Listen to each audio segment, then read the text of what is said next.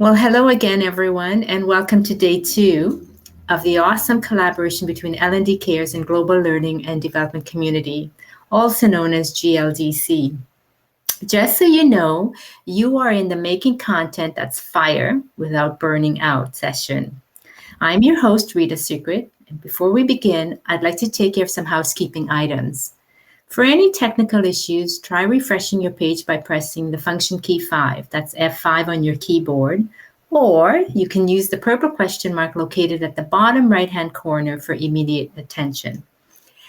Your right panel consists of the chat box, the Q&A, and poll. We will be using the poll in today's session, and I can ask you to please enter questions in the Q&A box or tab. Show support to Linnéa today by using the smiley emoticon, which is located towards the bottom of your screen around middle. And beside that smiley, you will see the raised hand, which can be used in the session. Thank you. Oh, you found it. Great. And also closed captioning for those that need it. Just so you know, this session is being taped for Linnéa today. All right. Let me introduce our speaker. She's an illustrious speaker, and her name is Linnéa Sjögren. Linnéa's motto is, "How hard can it be?" That is how she looks at tackling new challenges.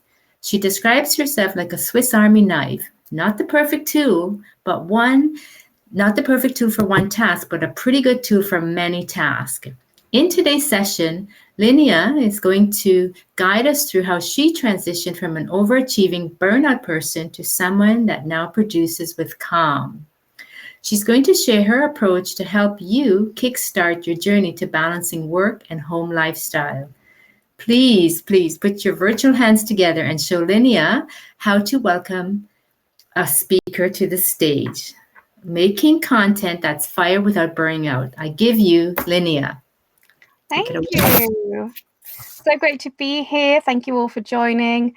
So I'm going to start this off by telling you why I like to talk about burnout or how to not burn out. And the reason is I did. So 2015, I suffered from burnout. And I learned a few things. So one of the things is I learned that there are degrees of burnout. So you can burn out and after that you're like charcoal. Or you can burn out and after that you're like ashes. And I was the latter. So when it was at its worst, I couldn't read anymore. Like I could see the words, but I couldn't put them together. Couldn't make sense of them. And so that was 2015. And so since I have been on this journey trying to figure out how to find a balanced life, how to not burn out again. And that is all the wisdom, that's where it comes from, that I'm going to share with you today. So I hope that you are going to find this useful. And if you will please go to the polls tab. I have a little question for you there. And it's just a quick question, but I'm just wondering, do you worry that you might burn out? And you see I added one that says, others are worried about me. Mm-hmm. And because that is a real thing. And if they are, you should be too. I'm just going to say that right now. So please go over to the polls tab and let me know if you're worried or not. So yeah. All right. Yeah, I'm going to leave that open for a bit so you can continue to answer the poll while we continue here. So I am going to share my presentation with you. There we go. So making content that's fire without burning out, based on a true story. So why do we burn out? I think that's important to talk about before we talk about strategies, because as I can see in the poll, some of you are worried about burning out and some are worried about you burning out. And that means that we need to talk about, okay, well, why would this happen? Because there are different ways you can burn out, and some of it can absolutely be mostly you. But honestly, it's usually mostly your job, your life, your employer. And I want to be really clear about the fact that no amount of strategies is going to save you from a bad work environment. So if you are in a bad work environment, if you're in a stressful work environment, you might need to leave that and find somewhere else if you are going to be safe from burning out. But these strategies will be helpful either way. I just want to be clear about the fact that it's not necessarily something you can change while staying where you are. And so leaving is always an option. But assuming that you are somewhere you want to be, or that you want some strategies for where you're going, let's keep looking. So I burned out basically for 2 reasons. And the first one, and the obvious one for most people, is perfectionism. So perfectionism is killing us, right? It's so hard on us. And honestly, it's pearls for swine, isn't it? I mean, nobody really appreciates all the great things you do and all the details and all the little things you add that were really important to you that they're not even noticing. And they would have been just as appreciative if they weren't there. So if you burn out, or if your problem is just perfectionism, you're kind of lucky, because that is easier to deal with. It's hard to deal with, but easier to deal with than the other part, which is fear of failure.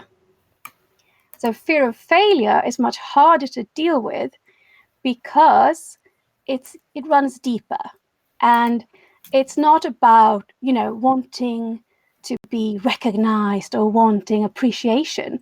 It's a genuine fear, and that is different, and it might require therapy. I know it did for me. And this is something I still struggle with, and it can, show itself in different ways. Imposter syndrome is absolutely one of them.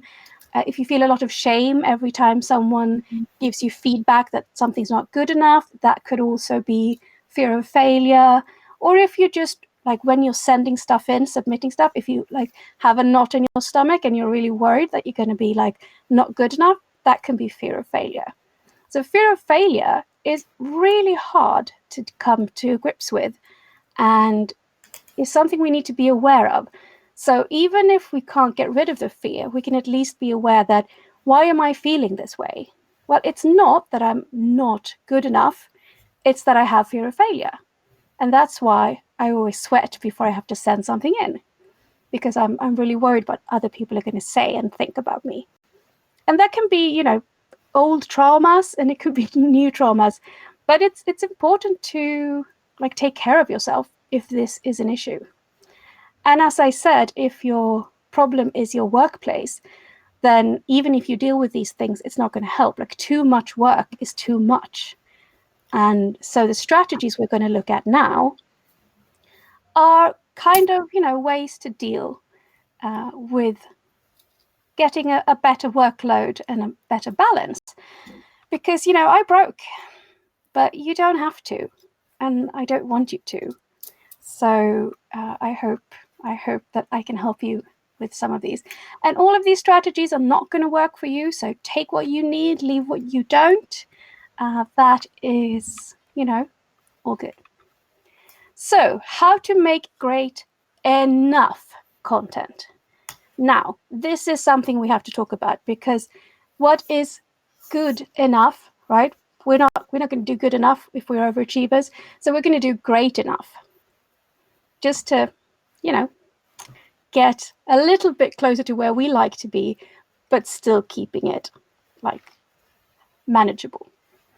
So let's talk about the first strategy, and this is also my life motto from now, from a few years back, and still is, and it is, I can do anything, but I cannot do everything. I'm just going to let that sink in just for a quick while. And you can just, in the chat, how do you feel about this quote? Just let me know if you like it. Does it resonate with you? Because to me, I think sometimes, especially when we have burned out, or if we're fearing that we might burn out, and if we have fear of failure, it's important to say, it's not that I'm lacking. I'm great. I can make amazing things. I can do anything, but I just can't do everything. Mm-hmm. And that is different. So what does it mean then? Well, you have to choose wisely. Like, where are you going to spend your energy? I can't do everything, so what am I going to do? So you need to learn how to take time to make these decisions, and also maybe find a battery of questions to ask when considering taking something on.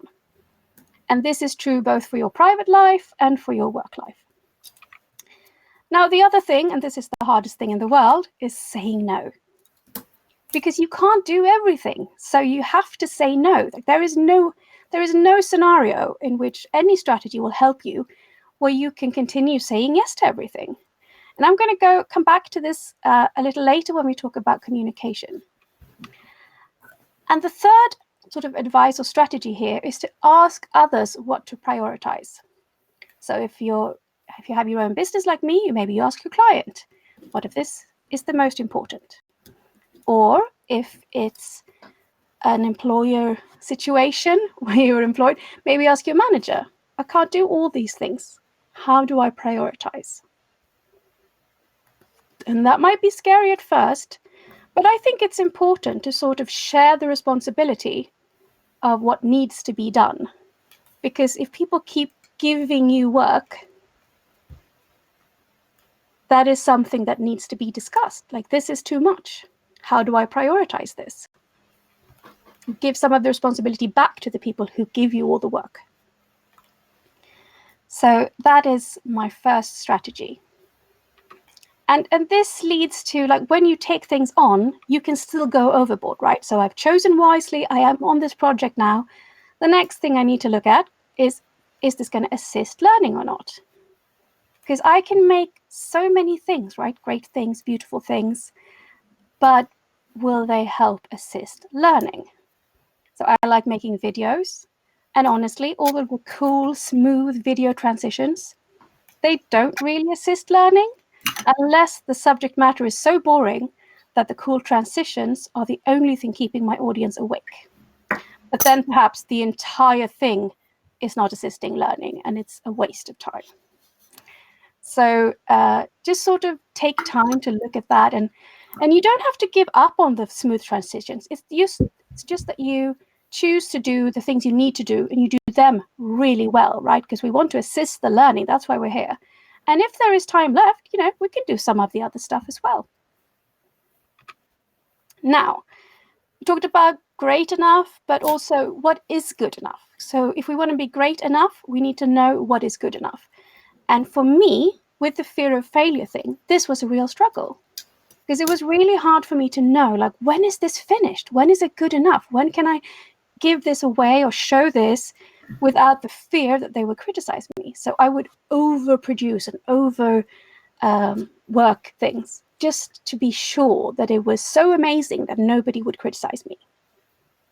Which, of course, is stupid. You can't do that. It takes too much time. And as it turns out, you don't really need to do that. So the picture here with the little cottage compared to the castle, like, that's usually how my mind works. Someone comes to me and they say, could you make a little building for us? And I go, yes. And my mind just explodes with ideas. And I'm like, yes, I can make you a castle. It's going to be amazing. It's going to have 2 towers. But the only thing they wanted was a little cottage. So the only thing I really needed to do here to over-deliver is maybe add a flagpole and a porch to the tiny house, right? And they would still be blown off their feet. I would have exceeded their expectations greatly, but I wouldn't have burned out because I still just made the house. So how do you then figure out what is good enough? And so I learned to ask. And maybe, I don't ask anybody, but part of it is asking when you are presented with a question, like, what do you expect? What do you want? What do you need? How do you envision this? Like, that's part of it. But then the other part is to also ask people for feedback. So I had a really good manager at one of my previous jobs when I had burnt out, and we had a deal that I could send her anything and she would tell me if it was finished or not. And 99% of the times I sent her something, she's like, this is already overworked. This is too good. Like, stop now and just deliver this. And I needed to know that because I didn't know when it was good enough. I couldn't tell. And so the other strategy I have, and this is a really good one, is to not tell people it's finished. Just send them something, tell them like, this is a rough cut. I'm not finished yet, but I just want your feedback. Because then your ass is not on the line, right? Because you didn't say that this is the final perfect product. You just said, I would just like some feedback before I continue. And if all the feedback you get is, wow, really good, I like it, then you're done. And if you get good feedback and something needs to change, you change that. And you can send it back again and say, okay, so this is the second draft. Is everything okay? And go from there. So you don't have to say it's a final product. If you have the fear of failure, you can just sort of say, could you look at this draft? Can I have your feedback? So that's my trick, so that I don't have to deal with the fear of failure, basically. And so communication is another part I think we need to talk about. And so when you communicate what you can do, right, your priorities, what you need to be strategic about it. So the first and the best strategy you will ever get is this. Never say yes or no directly. Your automatic response from now on is, let me think about it, or let me get back to you. Let me look at it.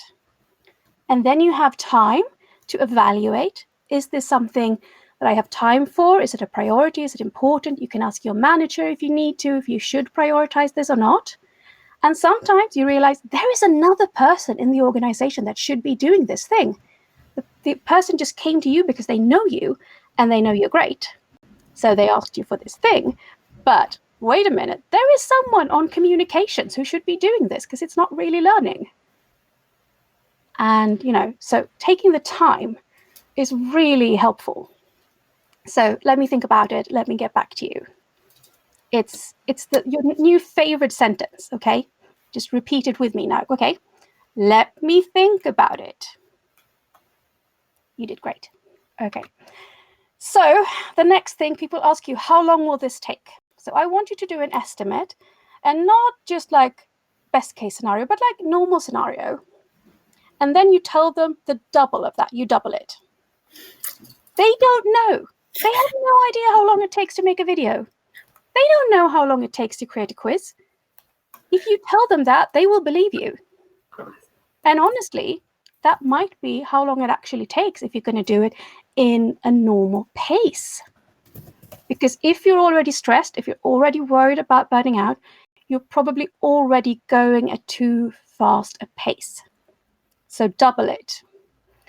And, make sure that you have time for coffee breaks, lunch walks, you're not eating in front of your computer. Like if you're doing that, you estimated too little time.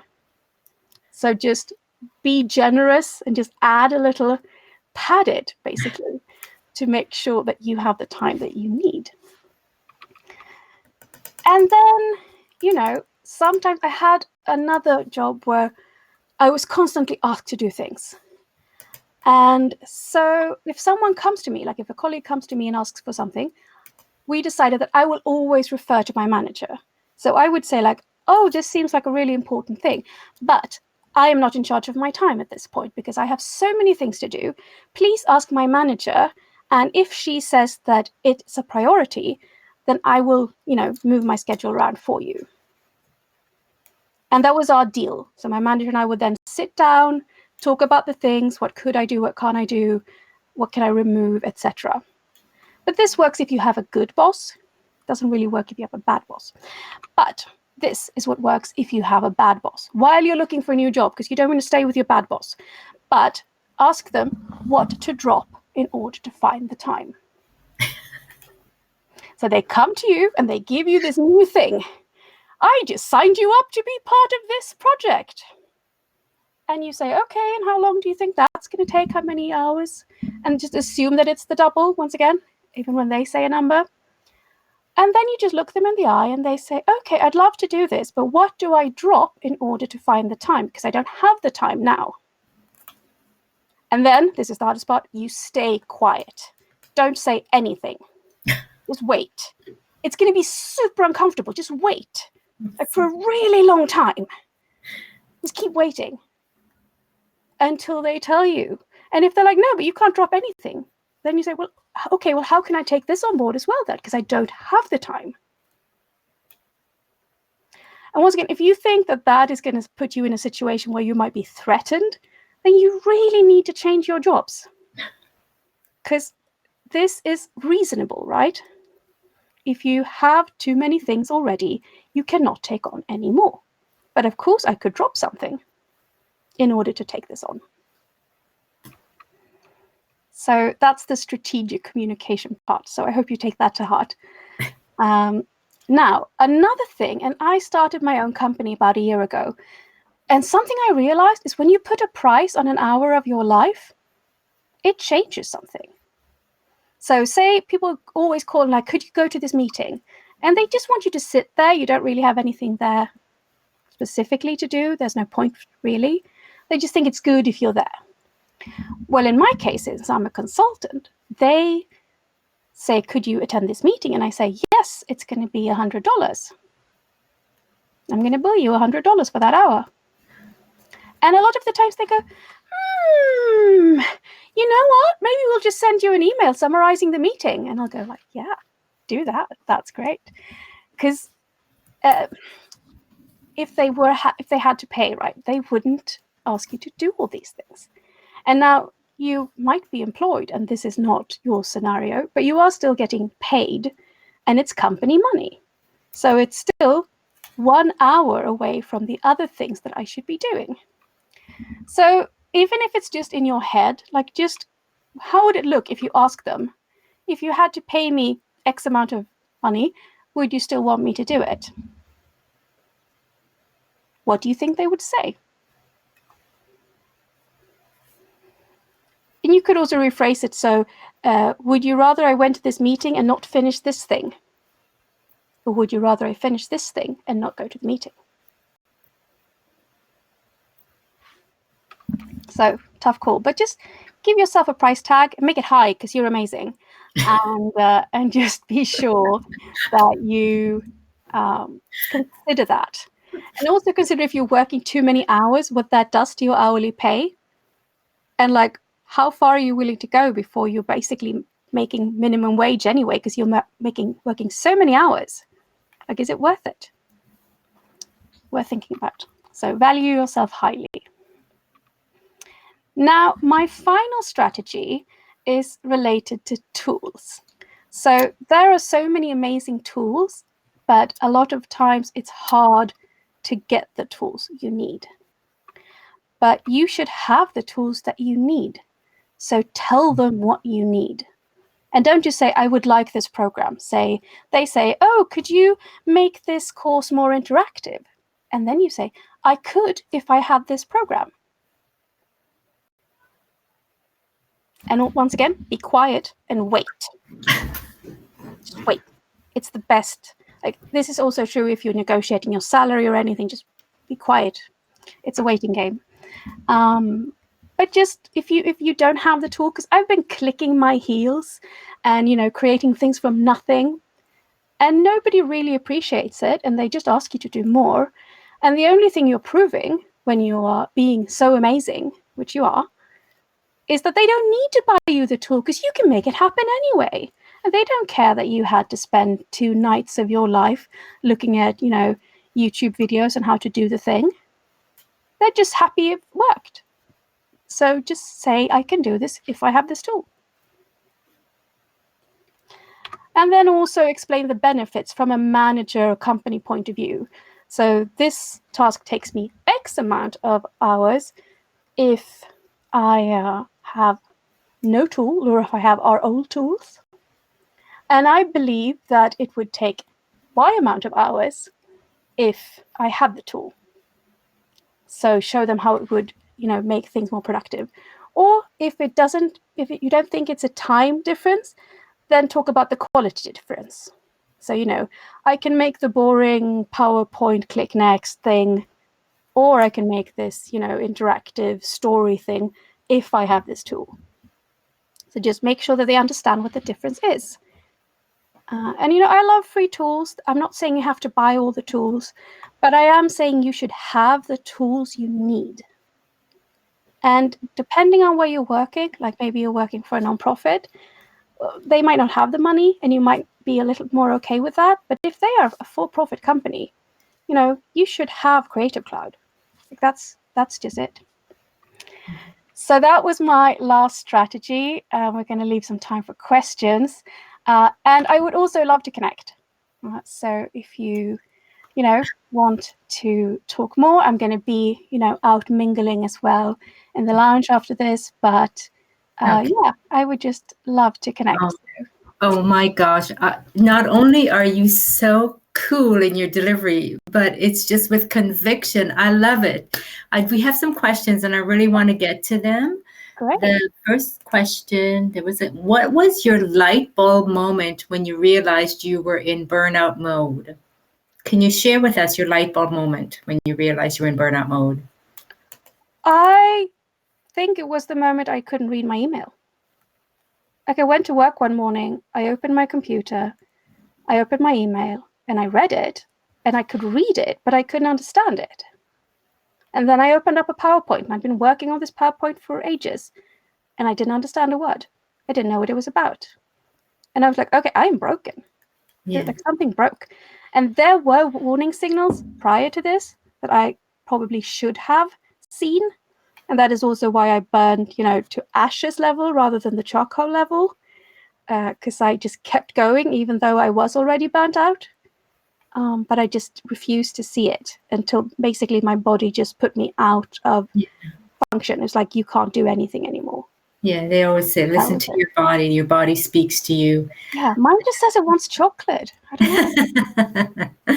Are there any other questions or comments coming in from the audience? Please do type it in. And here's another one. What do you do when you realize you've already reached that burnout stage? Like you've just gone to that point where, what do you do, Linnéa? Well, I mean, the thing is you have to pull the brake, like the emergency brake. You can't go like, oh, I'm going to rest in 3 weeks when I have my holiday. You have to see this as a health crisis. Like you went to the doctor and they said, you have a really terrible illness. And you have to treat it that way and be really serious about it. Because the first 6 months after my burnout, the only thing I really did was work less, but I was still as stressed. I didn't have any strategies. I didn't think different. I didn't know how to relax. So that wasn't enough. So you need to, ask for help. So, a doctor, therapy. And then there's great things you can do like mindfulness and stuff like that. And also, change your employer. I'm not joking. It is the statistically biggest factor to whether how quickly you bounce back is if you leave your employer or not. Yeah.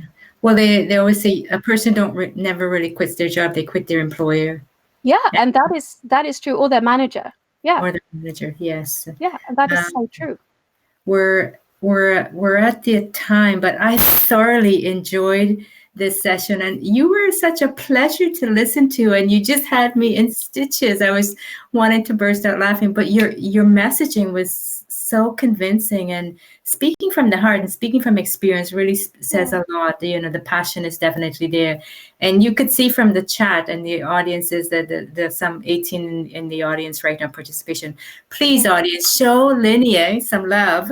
Give her that virtual applause that we know she did a great job. I really want to thank you. The perfectionism, the fear of failure, talking about that, giving us the 4 method of what is great to good enough, to assist learning, to good strategic communication. You just put it all out there, and speaking from the heart and speaking from experience made it so much more enriching. Thank you. And let me know if you want the presentation. And also I drew the pictures myself, if anybody asked that. And here's a plug for Linnéa. If you go into my LinkedIn, she did that photo, that drawing of me. Thank you. Yes. All right. We'll see everyone. you guys. I'll see you guys in the live. Bye. Thank you.